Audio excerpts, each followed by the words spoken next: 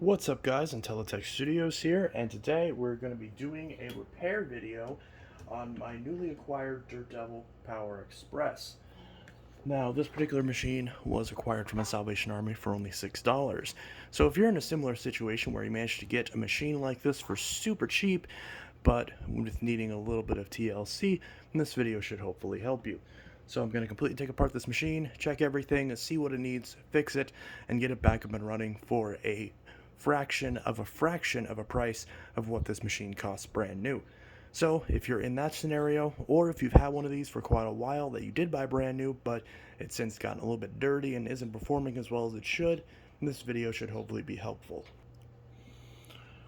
Alright, so the first thing we're going to do is I'm going to remove the bin, and I have a bench vac right here, so I'm just going to use this to open up the bin and everything in here and clean everything out. So you press this little button right here to remove the pre-motor filter. This is the cover, and the actual filter is inside here. They've made the filter a lot smaller than what it used to be. It's literally just a cage with a small little filter in it. So we're going to clean that out with my Bissell Zing.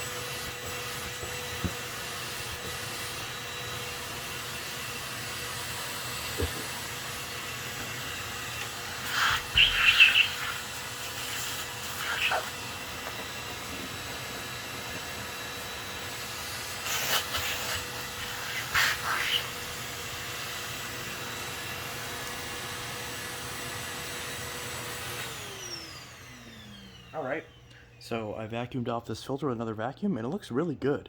So if yours doesn't look this good, it's supposed to look like this light baby blue, then you're going to want to wash it.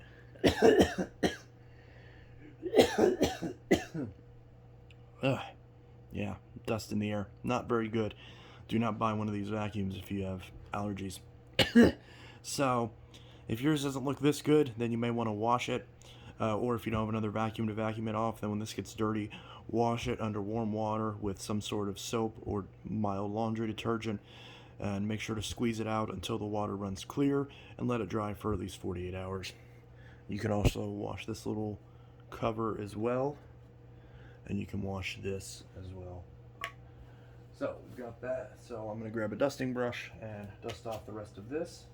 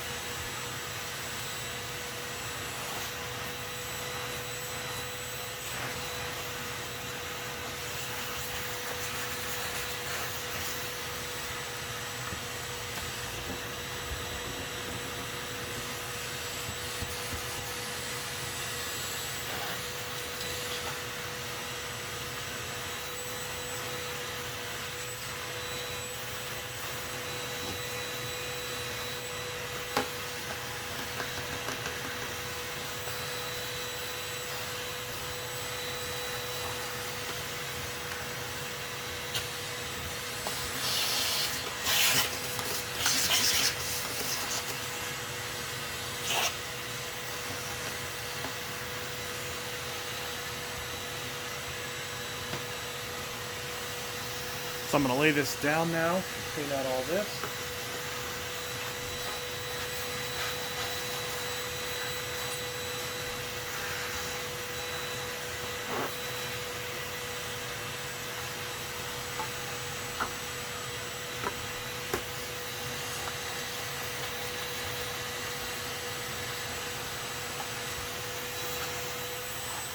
Clean out both the attachments.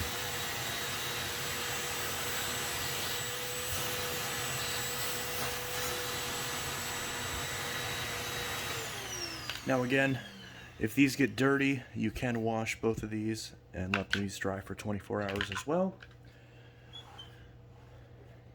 I'm going to clean the rest of these little ports off.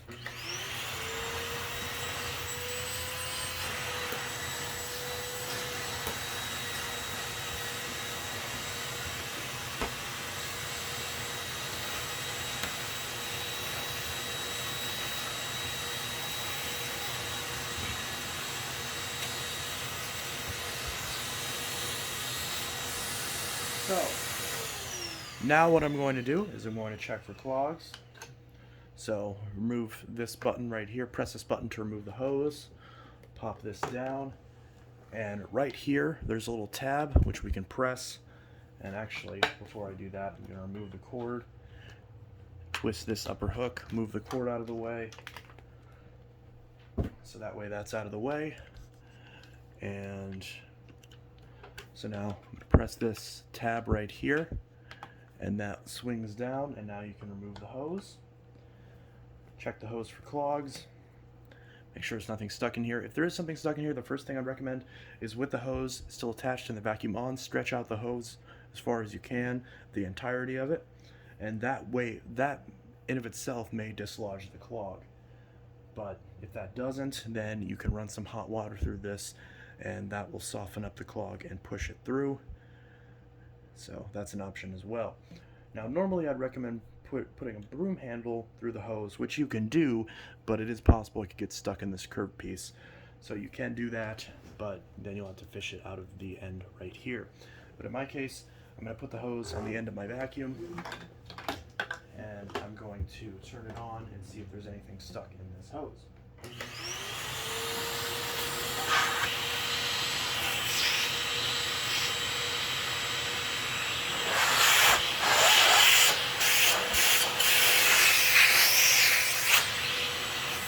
Okay.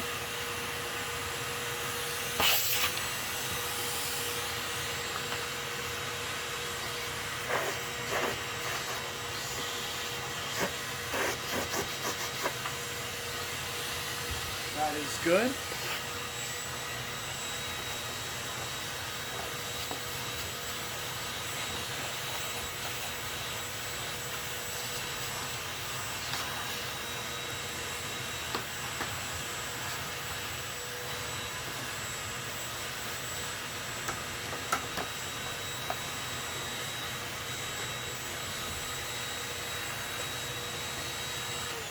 Okay, so now we're going to look at the bin and the Cyclone, and there is a filter in here, so we're going to check on that as well. So to empty the bin, we're going to push this little button right here.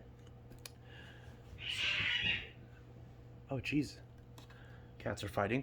So we're going to push this little button right here, and that will allow the bin to empty. You can empty it into the trash, and we're going to twist this little red piece. It's red on my model, and here's the filter just right here, and filter pops right off of this. So here's our little Cyclone piece, and then we can, right up here, you can see where it says lid access. We can twist this way, and that'll allow us to pop off the top of the lid just like that. And now the entire bin is off, so we can wash that if we want to, or get out anything that is stuck. And here we have our top part of the Cyclone, which our top part of the Cyclone is attached to this red piece. Again, red on my model. Sometimes these are blue or purple, whatever your accent color is for this machine. So if you have anything stuck in here, you can clear that out, or you can wash this whole piece as well to get that nice and clean. In my case, I'm just going to vacuum all of this off, and that should take care of that. so I'm going to do that real quick.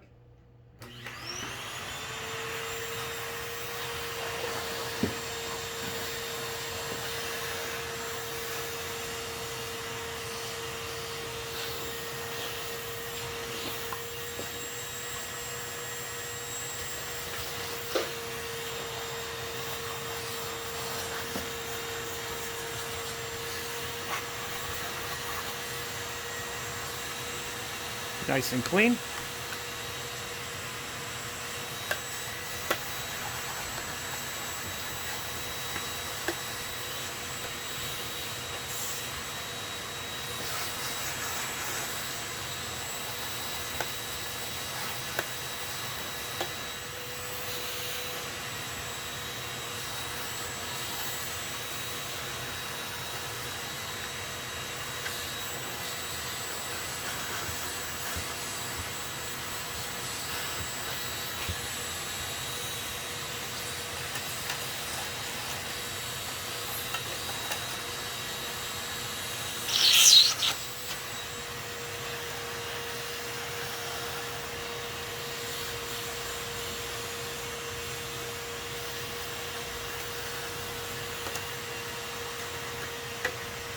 Now the filter.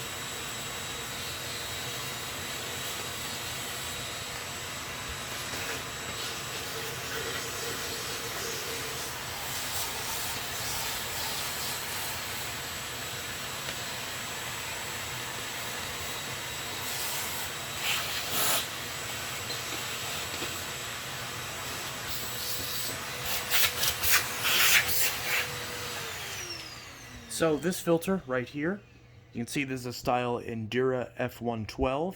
This is rinsable, but in my case I prefer to vacuum it off because I find these filters don't generally wash out very well, but you can do that. Now generally you want to check this filter every time you empty the dust cup, and if this does get dirty and discolored, then you want to wash this and let it dry for at least 48 hours. Check it, make sure it's entirely completely dry. Now if you get any sort of smell in it that won't wash out or anything like that, you're just going to have to replace it. I'll link replacement filters in the description, and I'll show you how to put the filter back in. So to put the bin and the filter back together, we're going to grab our top portion and we're going to take our filter and pop this in here. And we're going to, actually no, I'm doing this wrong. We're going to take our filter and we're going to attach it to this red piece. Now there's a couple little notches right here, so we're just going to line these up and turn it until you hear the click. Now we're going to slide the filter in here, make sure that both sides of this is lined up, and make sure that both of these tabs snap into place just like this. This part should be flush with the black piece, just like that. Now we can take this, put it down in here. It's easier if you open this up. And we're going to line this up with the unlocked portion right here. See where that unlock icon is? We're going to line it up right there, push it in, and twist it until it locks into place, just like that. Now we can close our lid, and this whole thing is back together. And assuming there's no other clogs in your machine, your suction should be restored. So, next thing we're going to focus on. Now if you do have a clog in this lower hose, you can remove, there's a screw right here. There's a screw right here that you can remove, and that'll allow you to remove this lower hose and clean this out. But now we're going to turn this around and check on the brush roll and the belt. Right here. See, there's some water on my unit for some reason. So what I'm going to do is we are going to remove this bottom plate, which is held on by 1, 2, 3, 4, 5 screws. It would help if you could actually see that. So there's one screw here, one down here, one over here, one right here, and one up here. So first I'm going to vacuum off this plate, and then I'm going to remove the screws.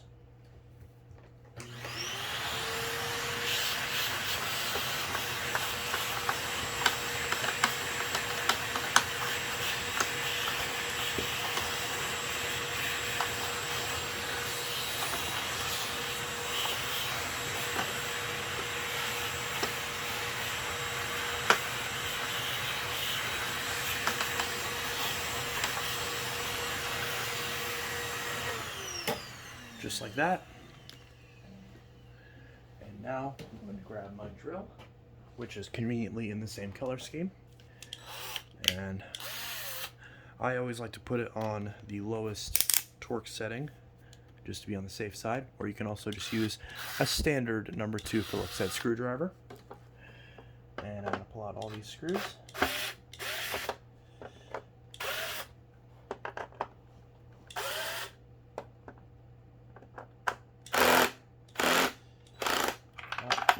Oh, it would help if my bit was actually secure. That would help. There we go. I don't know why that's... There we go. Not sure why it was doing that. So now these 4 screws are out. Almost. There we go. Now these 4 screws are out. And the last one is right up here. That one actually is a bit harder to get. Wow, that one I might actually need a proper screwdriver for.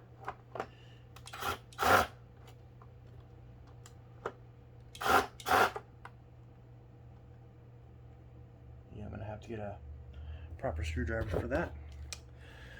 So I'll do that real quick. Alright, so I got the regular Phillips screwdriver. Want to be very careful. Make sure you don't strip the screw.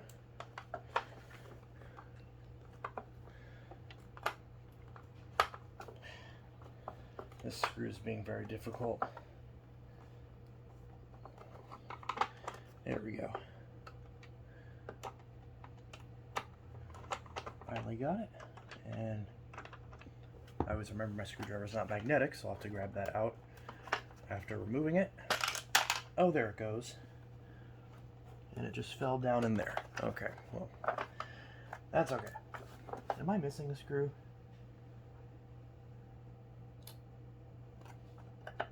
No, I shouldn't be. So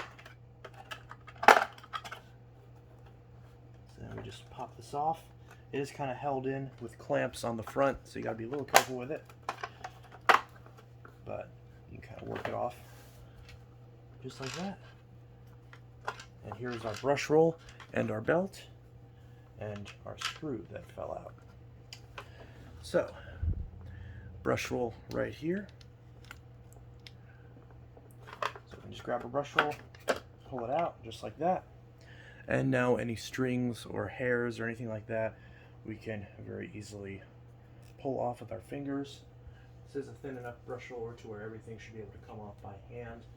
But if you need to use a knife to cut off the hairs, that works as well. You can see there's some dust on the end caps. Now you want to make sure the brush roll spins freely when it's out, so you want to make sure it spins like this. If it doesn't spin this freely, then you're going to need to replace your brush roller, or at least open it up to get to the bearings. Alright, so I've cleaned the brush roller. It spins perfectly. And now here is our belt right here. So there's a little metal motor spindle right there. So we can just take our belt and pull it over. Now if your belt is completely stretched, or if you smelled a burning smell and your belt has been burned or even just completely split in half, then yeah, you're going to need to replace your belt. The good news is that belts for these are easy to come by, and you can see right there, it's not, you know, it reaches all the way with zero resistance, and that's not what we want. We want the belt to be nice and tight. So we're going to go ahead and replace the belt, and I'll also link replacement belts in the description as well.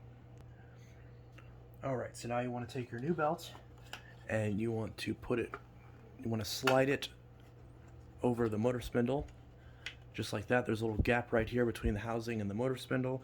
You just want to line it up like that. We want to make sure the writing is on the outside. Then we want to grab our brush roller, loop the end with the spot over the belt, and we're going to take that end and stretch the belt and slide the notched end into place right here, and then do the same on the other side. I might have to kind of push it in and bend the housing out of the way for that to slide in, and there we go. Now we're going to spin it by hand a few times to center the belt on the motor spindle and on the brush roller, just like so. So now that that is in place, we are done. And there we go. So now we can take this bottom plate and put it back on. So we're going to take the base plate. We're going to line it up. There's a couple notches right here on the base plate. So we're going to put the front of it on first and line it up. See, it'll click into place just like that. And there we go. The back part will also click into place, and it'll sit flush even without the screws on. So it should sit completely flush. So now we're going to put this back on, starting with this rear screw.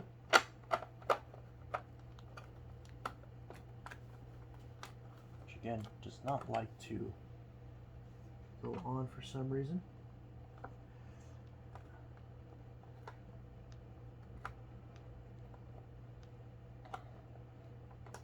So this one's being a little difficult. These are very low quality screws, so you gotta be careful not to strip them, because if you strip them, then you're not gonna be able to take this apart ever again. So now we're gonna put the other screws in. So 2 on this side, and then 2 on this side, just like that. And now we can put these in.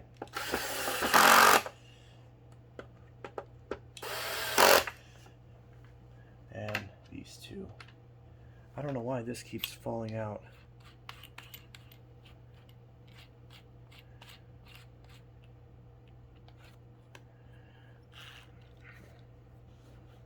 I don't know why this keeps falling out. Okay. And the last one. There we go. Now it's on. We're going to make sure the brush roll still spins freely and make sure that everything's on. You want to make sure the squeegee is still in good shape. If it's not, then you're not going to be able to really use this on hard floors, although that's not a good idea anyways. So now we can pop this upwards and snap it into the upright position. And now we're going to reassemble the machine. So we're going to take our hose, we're going to take this little groove and slide it into this section right here. It can be a little tricky, but once we line this up,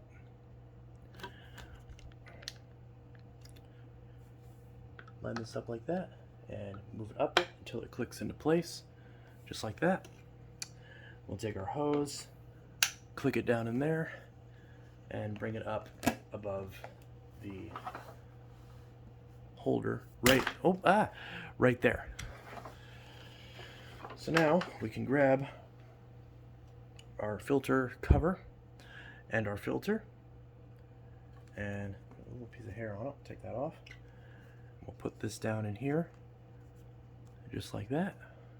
Again, assuming this is all dry. It says filter F43. Link in the description if I can find those. Put that back in with this little notch facing towards the front, just like that. Then we want to take our cover, line these two grooves up in the back, and this little button gets pressed down. We're going to take our two attachments, put them right above here on the holster, and we're going to take our bin and click it into place. So there we go.